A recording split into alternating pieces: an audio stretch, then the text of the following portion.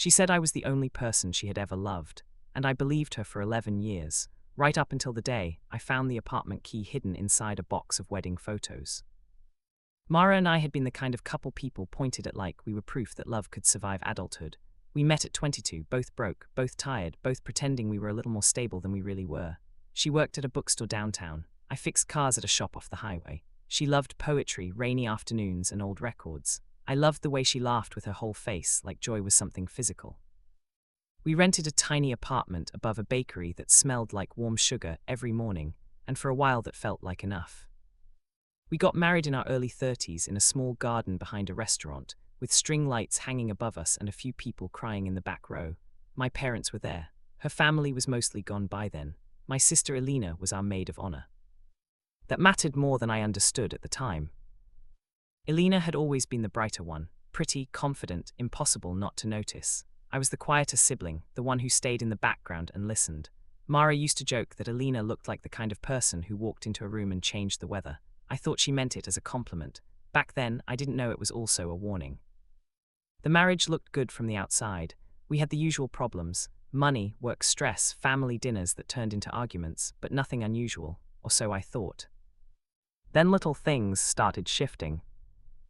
Mara became harder to read. She still kissed me in the morning, still said I love you before bed, but it started sounding like a habit instead of a feeling. She'd go quiet in the middle of conversations. She'd stare at nothing for too long. She changed her phone password. Then her journals got locked. Then she started leaving the house at strange hours with vague explanations that never held up under a second question. I asked if something was wrong. She always said she was just tired. I wanted that to be enough, so I let it be. That was the mistake.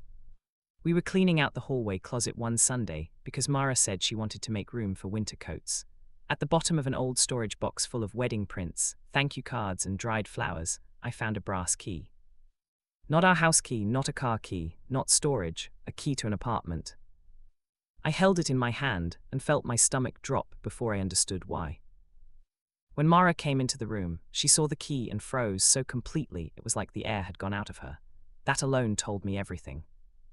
She tried to recover fast. She said it was old, just a spare, nothing important. She'd forgotten it was there. But I'd already seen the fear on her face. I asked her whose apartment it was. She said mine. That word hit harder than I expected. Not ours, not a hotel, not an accident, mine. I asked how long she'd had it. A while, she said. A while, the lie of someone who had rehearsed the truth and still refused to give it. I asked if she was leaving me. She didn't answer right away. That pause was enough. I asked if she was cheating. She looked almost offended, which somehow made me angrier. No, she said, it's not that. Then what? She sat down and stared at the floor for a long time before saying, I needed a place to go. From what? From here. I remember feeling cold all over. I asked if she was breaking up with me. She finally looked up and said, I think I've wanted to for a long time. That was the moment I realized my marriage had been ending without my permission. She started crying after that, but by then it didn't help. It only made the room feel smaller. I asked her why, and she said something I didn't understand then, but would understand too late. I don't know how to stay in a life I didn't choose. That sentence haunted me for months. I had no idea then that this wasn't just about leaving. It was about the secrets she had been carrying long before I found the key. Secrets that stretched back into the life I shared with my sister, into the things I had never questioned because I trusted the people closest to me most. By the end of the night, I had slept in the bedroom while she stayed on the couch, and neither of us said another word. The next morning, I made the first call to a lawyer. The lawyer told me what grief always tells people eventually. Once trust is gone, every memory turns into evidence. That became my life for the next few weeks. I was no longer thinking about Mara as my wife. I was thinking about her like a person I didn't know anymore. I replayed everything. The late nights, the changed passwords, the way she'd go distant whenever Elena came up, the apartment key, the note I'd found tucked behind the wedding photos. The note was 6 words long. If you ever find this, I'm sorry. It took me days before I could even look at it without shaking. Mara moved into the apartment I'd found. We still lived in the same house for a while because neither of us could afford to leave quickly. That made everything worse. The silence had shape now. It had routines. We'd pass each other in the hall like strangers who knew too much. People asked what happened. No one wants to ask directly when a marriage is dying, so they make it sound softer than it is. Are you two okay? Just a rough patch. Need space. I lied every time. The apartment key became an obsession. I kept turning it over in my hand, trying to figure out what sort of life Mara had been hiding from me. Eventually, I went there. The building was old and narrow, with a florist shop on the ground floor that had been closed long enough for dust to settle in the windows. The apartment was on the third floor. The key fit. Inside, the place was bare but lived in.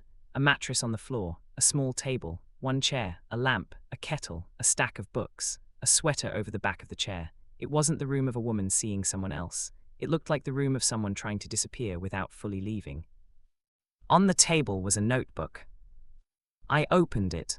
At first it was just lists, groceries, reminders, dates, then notes to herself, written and rewritten, crossed out and rewritten again.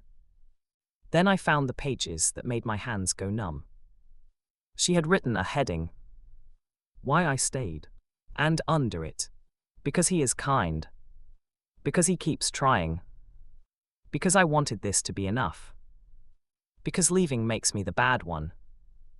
Because he deserves the version of me I used to be. Because I'm scared of what happens if I stop pretending. There was another heading beneath it. Why I can't stay. And under that. Because I am disappearing. Because I don't know how to ask for my life back. Because I'm tired of being loved like a promise instead of a person. Because I think I should have left before this got so deep. Because I think I ruined the one good thing I had. Because I don't know how to forgive myself. I sat on the floor and stared at those lines until they blurred. Then I found the photo. A picture of Mara and me from college, laughing outside a cheap diner, my arm around her waist. On the back she had written, "This was real, even if I don't know what happened after." That sentence broke something in me.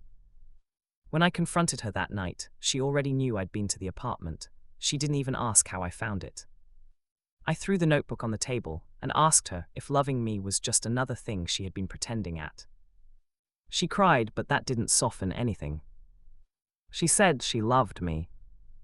Then she said she had spent years feeling like her life had become something she had never fully chosen. I asked her if she wanted a divorce. She sat in silence long enough to answer before speaking. Then she said, "I think I've wanted one for a long time." That was the first real collapse. After that, the marriage stopped being a marriage and became a process. Lawyers, papers, temporary arrangements, questions that sounded practical but landed like knives. Which furniture was hers, which bills were mine, what we tell people, whether we were separated or in the middle of something. Every conversation was built on a crater. And the cruelest part was that Mara wasn't cruel. If she had been cruel, I think I could have hated her more cleanly, but she was careful. Even while walking away, she still worried about hurting me too much. She still checked whether I had eaten. She still put my mail on the counter. She still asked if I needed anything from the store. That almost made it worse. People told me I deserved better, but that phrase doesn't actually help when you're bleeding in private. It just reminds you that you failed an exam you didn't know you were taking. Then Mara asked me to come to the apartment again. I nearly refused, but something in her voice made me go. The place had been rearranged. A box sat on the table with old photos, letters, and a few things I recognized from our life together. A ticket stub from our first movie, a pressed flower from our honeymoon, the silver ring she used to wear before we got married. Like she had built a timeline for me to follow. "Why am I here?" I asked. She pointed to the photo box and said, "Because I should have told you before." Inside the box, behind everything else, was a photograph I had never seen. Mara and my sister Elena, standing outside a cafe, laughing at something off camera. I remember laughing once, because my brain couldn't place the image into my life. Elena had died 7 years earlier in a car crash on Route 95. "What is this?" I asked. Mara sat down slowly, like she was sitting into a confession. Then she told me the truth. Alina and Mara had known each other before I ever met Mara. Not just known, dated. My whole body went cold. I kept waiting for her to say she was joking or that there was some misunderstanding, but the details came too fast and too real. A summer I never knew about, mutual friends, a relationship Alina had kept quiet because she didn't want family drama. Mara and Alina had loved each other for almost a year before Alina ended it. I couldn't breathe. Alina had never said a word. Mara told me it had been years before I came into her life. She said she was young and stupid and in love with someone who had decided she wasn't enough to build a life with. She said when she met me later, it felt like grief wearing a different face. That was why she'd been cautious at first. That was why she'd never fully told me. She was afraid I'd think I was a replacement. I asked why she had married me then. Because I loved you, she said, and because I didn't know how to survive loving you and still carrying Alina like a ghost. That answer made me angrier than if she'd lied. Because it was honest. And because it still didn't excuse anything. I asked if she had ever loved me more than Alina. She didn't answer right away. And in that silence, I got my answer. She finally said, not in the same way. That sentence is the kind people call mature in stories and devastating in real life. She wasn't saying I was second. She was saying the two loves lived in different places in her heart. But what I heard was, I had spent 11 years trying to be a home inside a heart that still had someone else's name carved into it. I left the apartment shaking. And for the first time since finding the key, I understood that the secret wasn't just the past. It was that Mara had been trying to outlive it without ever telling me it existed. The weeks that followed were the worst kind of painful, quiet, administrative, relentless. We didn't scream much, that was the strange part. We signed papers, we divided furniture, we answered questions from friends with polite lies. The whole thing looked calm from the outside, which made it feel more humiliating. People assume something dramatic has to happen for a marriage to die. Sometimes it's just a long series of silences that nobody interrupts in time. I kept thinking about Alina. About how she had stood inside the center of our family for years, bright and impossible, and how I had never once imagined there was another life hidden behind the version of her I knew. I kept thinking about Mara too, about how she'd been carrying a secret so long it had become a shape inside her. Not just the relationship with Alina, but the fear, the shame, the history she never gave me a chance to understand. I thought the worst part would be losing Mara. It was. The worst part was realizing how much of my life I had built on trust I never questioned. Every memory had to be re-examined, every late-night silence, every weird look when Alina's name came up, every time Mara seemed to drift away while still standing right in front of me. All of it had been part of a story I wasn't fully allowed to read. Then my mother made it worse. I called her to ask whether she knew anything about Alina and Mara. She hesitated too long. That's how I knew. At first she tried to soften it. She said she knew they had a falling out. Then she admitted she had suspected there was more between them. She said she never asked because no one brought it up directly. That sentence made me furious. I told her she was my mother and Alina was her daughter. She should have asked. She sounded tired when she said, "Sometimes families survive by not opening the wrong doors." What a cowardly thing to say. What a beautiful way to describe damage. Then she said something I wasn't ready for. Alina was writing to someone else too. That got my attention. She said Alina had kept a notebook in her room. She had seen names, dates, references to meetings, but Alina never explained who the person was. She only knew Alina had been nervous in the weeks before she died, secretive. Frightened, like she was trying to fix something before it broke open. I drove to my mother's house the next morning. She handed me a small box from Alina's room. Inside was a black notebook with a cracked spine. The pages were messy, half journal, half list, with lines crossed out and rewritten. I didn't understand most of it at first. Then I found the name. Julian. It's not Mara, not me. A man I had never heard of. The notes were vague but enough to make my stomach turn. Alina had been meeting someone in secret. She wrote about documents, family papers, and something that needs to come out before they bury it. There were lines about fear, about being watched, about not wanting the truth to tell on me.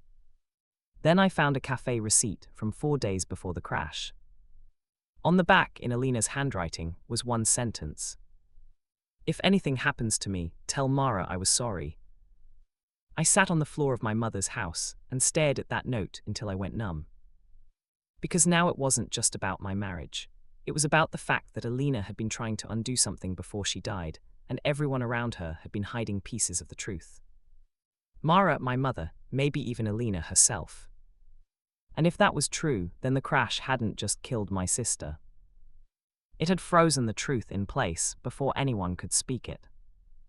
Julian was easier to find than I expected, which made me trust him less.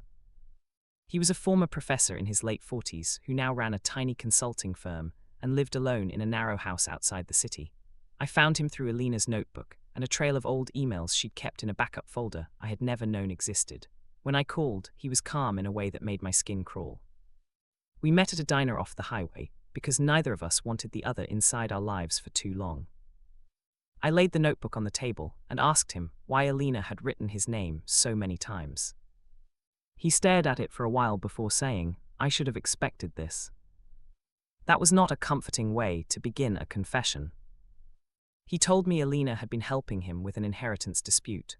Not a criminal case, not exactly, but ugly enough that she had wanted it kept quiet. Family property, old transfers, money moved where it shouldn't have been. Alina had been digging through documents because she thought someone in our family had hidden assets under her name. "Who?" I asked. He shook his head. "She never said directly." "But you knew it was someone close." "Yes." That was the problem with Julian. He never seemed shocked enough to be innocent. He told me Alina had been scared in the last few weeks before she died, not because of him, because she believed she was close to exposing something that would hurt too many people if it came out in the wrong order. She wanted to fix it first. She had even drafted a letter. I asked if she had ever planned to send it. "She didn't get the chance," he said. He slid a folder across the table. Inside were copies of old property papers, names I recognized, and a draft letter in Alina's handwriting. She'd written that she didn't know which part of the story belonged to her anymore, only that it was ending somewhere and she didn't want it to end in silence. I read that sentence 3 times. Then I realized the secret was bigger than my marriage and bigger than Mara. My mother had been hiding something too. When I confronted her, she broke fast. Not loudly, just enough to show me the years had been costing her something. She admitted my grandfather had done shady things with the family property before he died. Transfers, trusts, money shifted in ways that were never discussed openly. Alina had found out and started asking questions. My mother panicked. She said she didn't want the family dragged through shame. She thought if she kept quiet, the problem would stay buried. I asked if she knew about Mara and Alina. She nodded. I asked if she had ever said anything. "No one asked," she said. That made me want to scream. Then she told me one more thing. Alina had been writing to Mara before the crash, trying to make peace, trying to reconnect. My mother had known that too. All this time, Alina had been reaching toward people who chose silence instead. I called Mara that night and told her everything I had learned. She didn't defend herself anymore.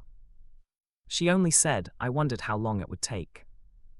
That was the first time I heard real exhaustion in her voice.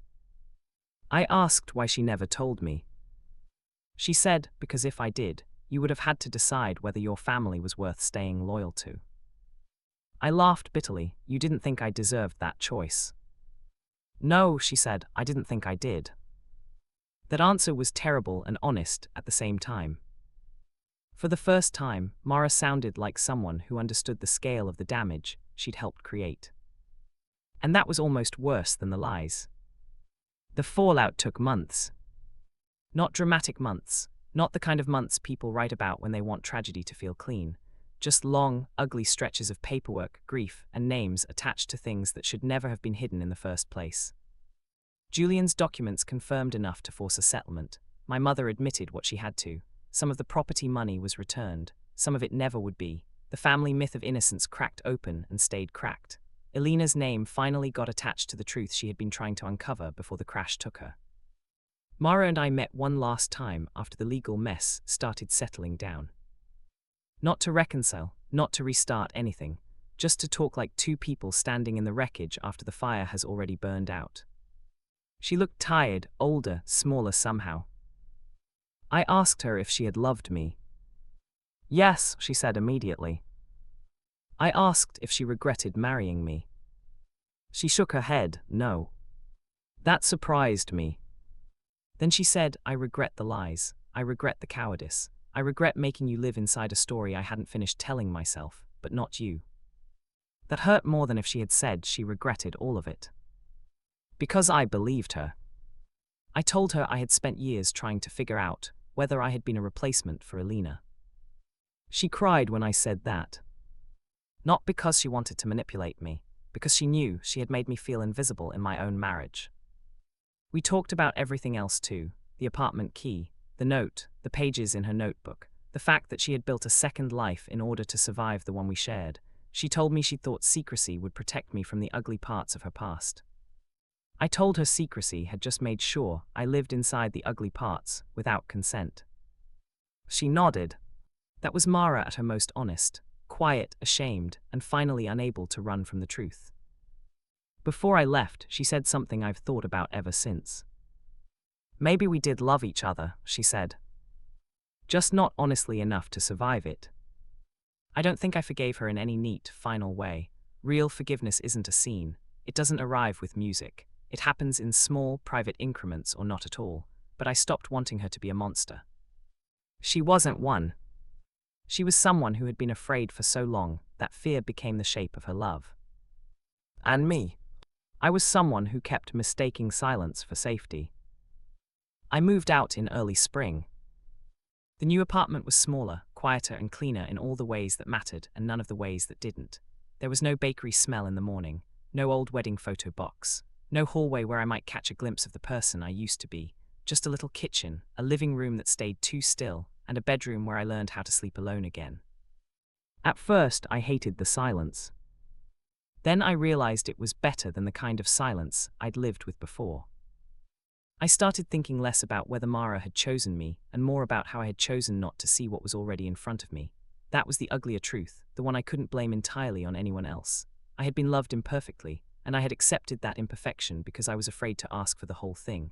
I had built a life out of trust and never checked whether the foundation was cracking. That made the ending feel less like betrayal and more like consequence. I still thought about Alina too, about the notebook, about the line she wrote before the crash, that she didn't want the truth to die in silence. It haunted me because she had been right. Silence had killed almost everything. My marriage, my sense of family, the version of the past I thought I knew. Some nights I'd sit by the window and imagine what would have happened if Alina had lived long enough to finish her letter. If Mara had answered her messages. If my mother had asked better questions. If any of us had chosen honesty before the truth had to be dug out of the ground like bones. There's no point pretending those questions have answers. There isn't some alternate universe where people are braver just because the ending would be cleaner. Real life is messier than that. Real life is two women who loved each other once, a wife who loved badly, a family that hid behind silence, and a man, me, who thought loving someone carefully meant loving them well. It doesn't. Love can fail in slow motion. Love can stay alive while the people inside it disappear. Love can be real and still be wrong for the life it's trying to hold together. That's what I learned. And maybe that's the only honest ending there is. A year later, Mara sent me one final message. Not a plea, not a confession, just a photo. It was the apartment box, emptied and folded flat, sitting beside the key I had found at the beginning of everything. The caption underneath was short. Thank you for finding me before I disappeared completely. I stared at that message for a long time. Then I put the phone down and sat in the silence without trying to fix it. For once, it didn't feel like loss. It felt like the first honest thing left.